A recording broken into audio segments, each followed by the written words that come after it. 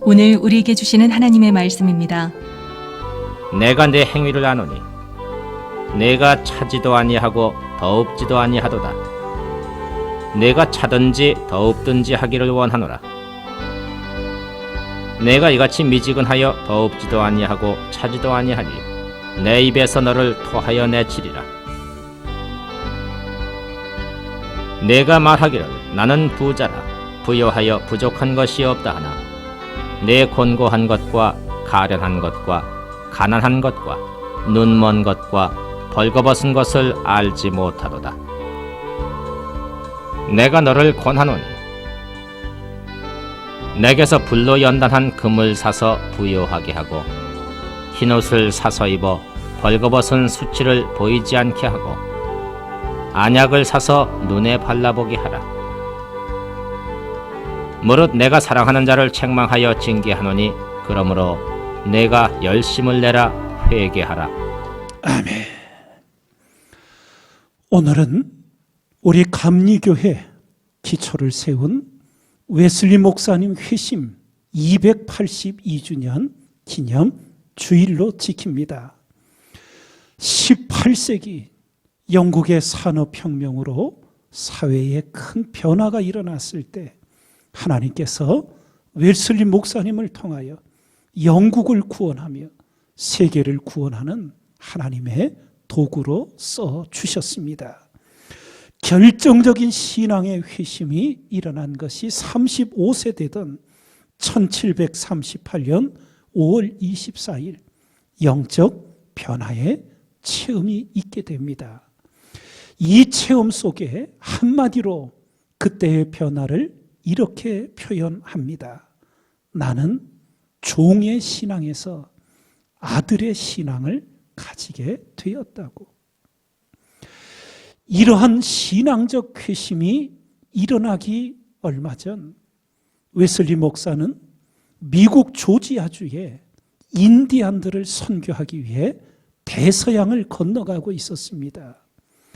그 대서양을 배를 타고 가던 항해 속에 큰 풍랑을 만나 죽음의 두려움과 공포에 휩싸이게 됩니다. 그런데 그 어려운 때 함께 가던 모라비안 교회 성도들이 배 안에서 너무나 평안하게 찬송을 부르고 있었습니다. 저들이 믿는 하나님과 내가 믿는 하나님이 같은 분인데 나는 이렇게 죽음의 두려움에 휩싸여 있고 저들은 어찌 저렇게 평안할 수 있는가? 내 신앙은 과연 뭔가? 고뇌에 빠지게 됩니다. 그런 가운데 인디안 선교에 약 2년이 채 되지 못하여 실패를 자인하고 다시 대서양을 건너 영국 본국으로 건너갑니다. 그러며 스스로에게 이렇게 말합니다. 나는 인디언들을 구원하기 위해 미국에 갔다. 그러나 나는 누가 구원할 것인가? 나는 맑은 여름 종교를 갖고 있다. 나는 위험이 없을 때에는 나 자신을 믿는다. 그러나 죽음의 위험이 가까이 올 때에는 나의 마음은 공포에 빠진다. 오라, 누가 나를 이 죽음의 공포에서 구원할 것인가? 목회자의 가정에서 성장했고 목사의 안수를 받고 선교의 길을 나섰던 본인이었지만 자신의 구원조차 확신을 못한 그러한 고뇌에 있었습니다. 우리도 알듯 신앙이 하루아침에 견고히 세워지면 얼마나 좋겠습니까? 처음 하나님을 만났던 그 감격과 뜨거움으로 우리 일평생 뜨거운 신앙이 지속된다면 얼마나 좋겠습니까? 그러나 인생의 연약함이 그렇지 못하다는 것을 우리도 경험하고 다 인정하고 알고 있습니다. 우리나라의 시인 도종환의 흔들리며 피는 꽃에 이런 표현이 나옵니다. 흔들리지 않고 피는 꽃이 어디 있으랴? 이 세상 그 어떤 아름다운 꽃들도 다 흔들리면서 피었나니 흔들리면서 줄기를 곧게 세웠나니 흔들리지 않고 가는 사랑이 어디 있으랴? 젖지 않고 피는 꽃이 어디 있으랴. 이 세상 그 어떤 빛나는 꽃들도 다 젖으며 피었나니 바람과 비에 젖으며 꽃잎 따뜻하게 피웠나니. 일평생 여러분과 저는 믿음의 선한 싸움을 싸우며 우리의 신앙을 이루어가는 뜨거운 신앙인이 되어가야 될 줄 믿습니다. 웨슬리 목사님이 자신의 그 신앙적 결정적 회심을 갖기 전의 상태를 오늘 라오디게아 교회 성도들에게 지적하셨던 미지근한 신앙, 스스로는 그 모습을 99% 종교인이라는 표현을 썼습니다. 시인 최승자의 30세라는 시 속에 또 이런 표현이 나옵니다. 이렇게 살 수도 없고 이렇게 죽을 수도 없을 때 30살은 온다. 여러분과 제가 신앙생활에 있어 가장 주의해야 할 것은 바로 하는 것도 아니고 안 하는 것도 아닌 미지근한 신앙생활입니다. 주님께서 라오디게아 교회 성도들에게 말씀하셨던 바가 바로 오늘 여러분과 저에게 말씀하시는 것이 됩니다. 내가 네 행위를 아노니 내가 차지도 아니하고 더웁지도 아니하도다. 내가 차든지 더웁든지 하기를 원하노라. 내가 이같이 미지근하여 더웁지도 아니하고 차지도 아니하니 내 입에서 너를 토하여 내치리라. 우리는 이 교훈을 잊지 않기 위해 이런 게 새겼습니다. 적당한 신앙은 철저히 망하는구나. 사울왕의 뼈아픈 실패를 통하여 우리는 신앙의 교훈을 새겼습니다. 광야에 도적대 아말렉 족속을 진멸하라는 하나님 명령 앞에 우리가 알듯 사울왕은 순종한 것도 아니고 불순종한 것도 아닌 어정쩡한 적당한 명령을 수행했습니다. 그래서 그 처참한 실패의 교훈을 잊지 않기 위해 우리가 마음에 새긴 교훈이 바로 99% 순종은 불순종입니다.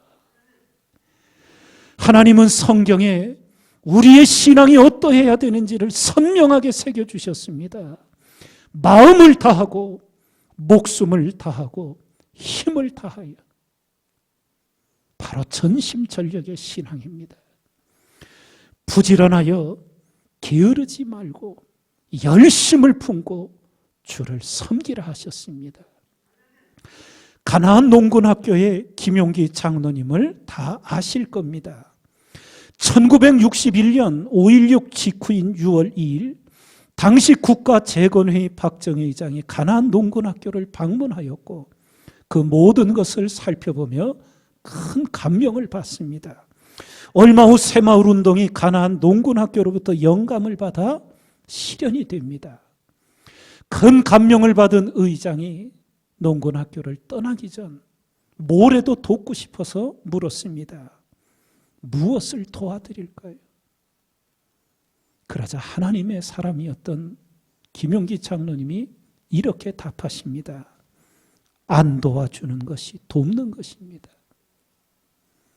오직 하나님만을 의지하며 담대한 개척자의 정신을 가지고 하나님의 믿음을 실현해 나갔던 겁니다.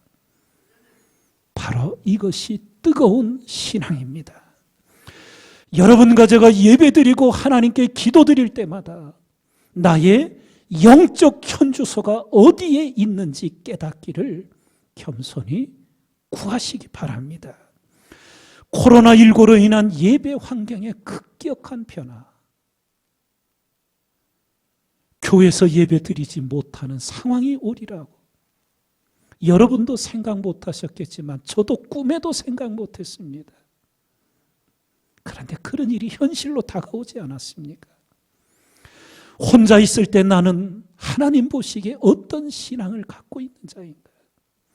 홀로 기도하고 혼자 예배할 때 나는 하나님의 임재를 느낄 수 있는가? 라오디게아 교회 성도들의 영적 모습을 성령께서 드러내 주십니다. 그들은 미지근한 신앙을 가지고 있으면서도 영적 자만심은 하늘을 찔렀습니다. 스스로 생각하기를 우리는 부자라 부유하여 부족한 것이 없다고, 영적으로 충만하다고. 그런데 성령께서 통렬하게 말씀하십니다. 내 곤고한 것과 가련한 것과 가난한 것과 눈먼 것과 벌거벗은 것을 알지 못한다고. 이 얼마나 처참한 상태입니까? 알곡이 아닌데 알곡이라 착각을 하고, 진정한 그리스도인이 되지 못했는데 스스로 진짜 그리스도인이라 착각하는 이 모습을 일깨워 주셨던 겁니다. 에베소 교회 성도들에게는 너를 책망할 것이 있나니 너의 처음 사랑을 버렸다고. 어디서 떨어진 것을 생각하고 회개하여 그 처음 사랑을 회복하라고. 만일 그리하지 아니하고 회개치 아니하면 내가 네게 임하여 내 촛대를 그 자리에서 옮기리라고. 하나님이 경고하십니다. 사대교회 성도들에게는 이렇게 말씀하셨습니다. 사대교회 사자에게 편지하기를 하나님의 7영과 7뼈를 가진 이가 가라사대 내가 네 행위를 하노니 내가 살았다는 이름은 가졌으나 죽은 자로다. 아직 마지막 심판이 오기 전 여러분과 저에게 하나님의 이런 일깨움이 있는 것은 은혜 중에 은혜입니다. 하나님께서 교회와 성도들을 사랑하셔서 그들의 영적 현주소를 보게 하시는 거예요. 코로나19의 어려운 시간들을 지내며 여러분과 저 또한 하나님 앞에 오늘 나의 영적 현주소가 어디에 있는지 이것을 깨닫게 해주시고 보게 해주시고 그리고 뜨거운 신앙으로 일어나게 해주시기를 기도하며 전진해야 될 줄 믿습니다. 스스로 영적으로 부유하다 착각한 라오디게아 교회 성도들의 영적 현주소를 밝히 알려주시며 주님은 치유책 3가지를 가르쳐 주셨습니다. 먼저 내게서 불로 연단한 금을 사서 부여하게 하라 하셨습니다. 여기서 불로 연단한 금이라는 것은 바로 믿음입니다. 사람이 의지적으로 갖는 믿음, 감정, 그런 믿음이 아닙니다. 오직 하나님의 영원한 생명의 말씀으로부터 나온 믿음을 말하고 있습니다. 말씀으로부터 나온 믿음만이 우리를 그 어떤 환난과 풍파에도 흔들리지 않고 견고히 세우는 믿음의 반석이 되는 줄 믿습니다. 바로 그 말씀으로부터 나온 믿음을 붙드셔야 하고 그 믿음을 가지셔야 합니다. 2번째 치유책, 흰옷을 사서 입어 벌거벗은 수치를 보이지 않게 하라. 성결을 말합니다. 내가 거룩하니 너희도 거룩하라. 여러분과 제가 예수 그리스도로 옷 입지 않으면 우리 눈에 보이지 않을 뿐이지 우리는 하나님 앞에 벌거벗은 부끄러움이 그대로 드러나 있는 겁니다. 머리끝부터 발끝까지 성결하기를, 우리의 영과 혼 육천인이 하나님 보시기에 성결하기를 기도하고 또 기도하고 우리의 생각과 마음과 말들을 거룩하게 물들이며 오늘을 살아가야 될 줄 믿습니다. 3번째 치유책, 안약을 사서 눈에 발라 보게 하라. 육신의 안약이 아닙니다. 영안을 열어주시기를 기도하며 영적인 눈이 열려야 한다고 일깨워 주시는 겁니다. 내가 열심을 내라, 회개하라 하십니다. 위대한 영성가 니느웨의 이삭이 신앙 안에 깊은 통찰을 가지고 후대 모든 그리스도인들에게 귀한 영감의 글을 남겨주었습니다. 자기 죄를 아는 사람은 죽은 자를 일으키는 사람보다 더 위대하다. 자기 죄를 위해 한 시간을 진실로 울부짖는 사람은 온 세상을 가르치는 사람보다 더 위대하다.